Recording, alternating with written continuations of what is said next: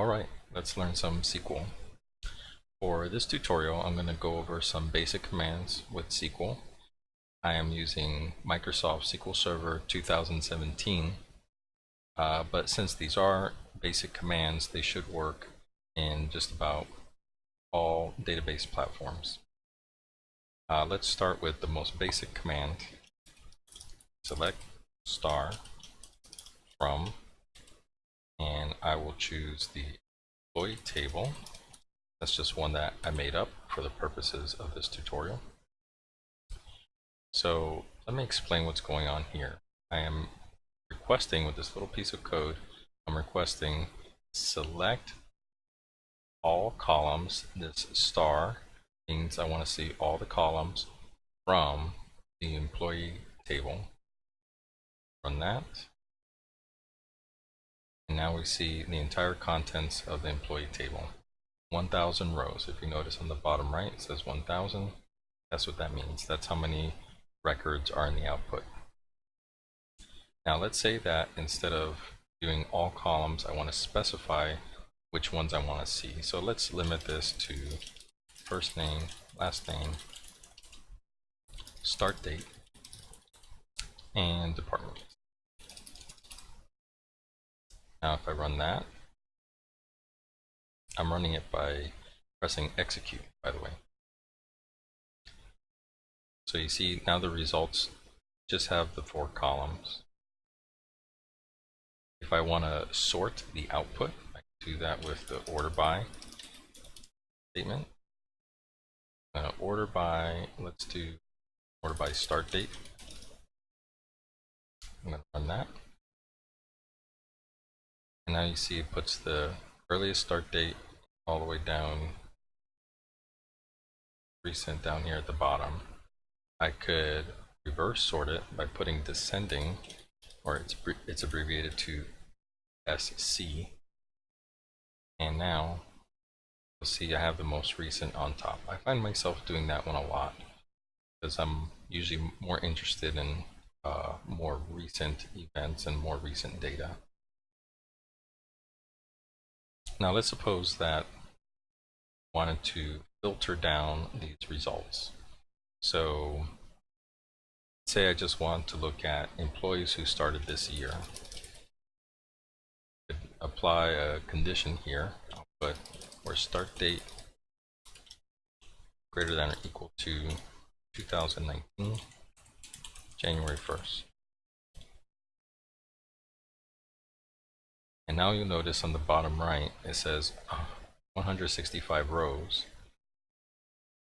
Whereas, you know, the employee table has 1,000 rows. Now it's returning a lot less because it's filtering, it's only showing me where the record meets this criteria. That is, that the start date is greater than or equal to January 1st, 2019. You could add additional criteria in here. Let's say that I want to specify that I'm only interested in engineering department.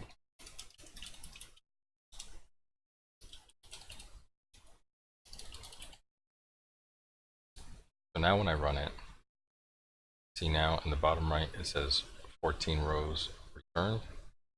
Now this is only those people who meet both criteria. The start date is 2019 and the department is engineering. It's very important that you understand the nature of the ands and ors and parentheses in the where clause because it changes everything about the output. So let's make this a little bit more complex because you'll run into this a lot.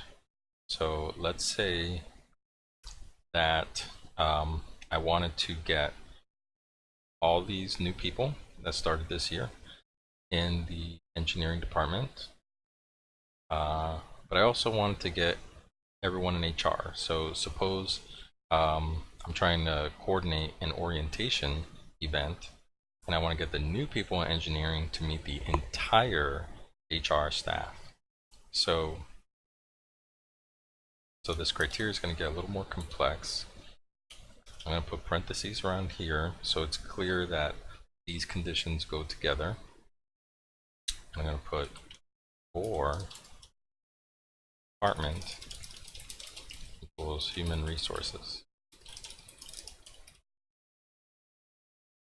Now when I run that, that should give me everyone in human resources,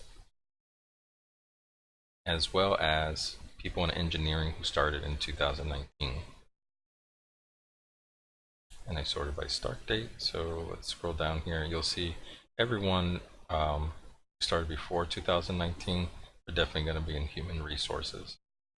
Okay, so again, the way that we look at this is when you put a where clause, it's evaluating that each row in the employee table must meet this condition, that their start date is in 2019 and their department must be engineering, or their department is in human resources.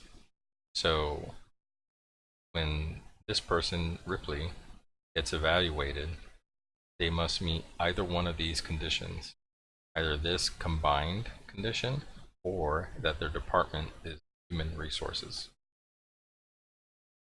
Whereas someone else, like Gustav, they do not meet this condition, but they do meet this part here.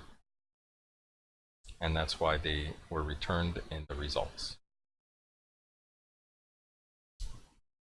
Oh, one other thing I forgot to mention are comments.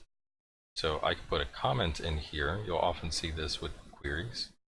And put dash dash, and anything I put here will not affect the query. So I could just put a comment like so.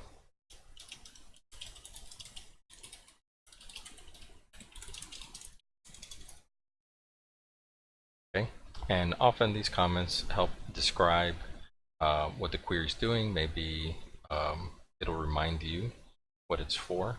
I have several queries saved, and I'll leave little notes to myself or to another developer that might see this. That's what comments are for. I hope you found that nice and easy. I will be covering more advanced aspects of SQL queries in other videos. Thank you for your time.